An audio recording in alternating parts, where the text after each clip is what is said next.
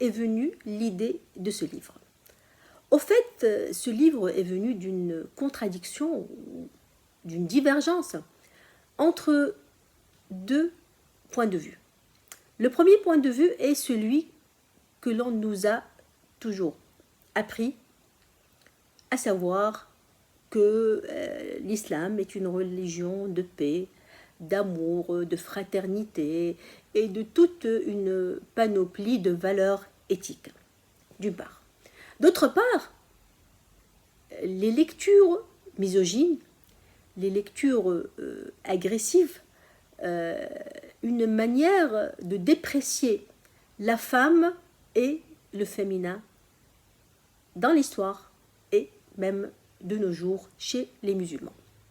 Donc si on revient aux trois termes de choix, la succession, le mariage et l'homosexualité, nous avons choisi ces termes-là parce que ce sont des sujets tabous, parce que ce sont des sujets que la plupart des musulmans se posent à eux-mêmes.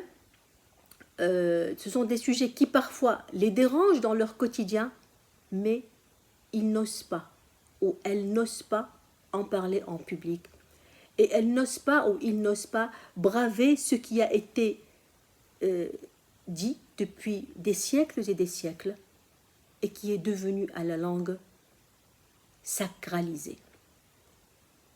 Dans la religion, s'il y a du sacré, ce n'est certainement pas la lecture des exégètes.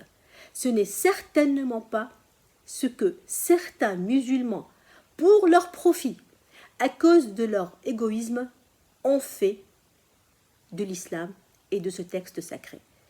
Inquiétude d'une musulmane présente une ouverture à des lectures autres, à des interprétations possibles, et en même temps, il exprime que la lecture d'un texte est une lecture illimitée, que l'œuvre, toute œuvre, est ouverte, comme l'a si bien dit Umberto Eco.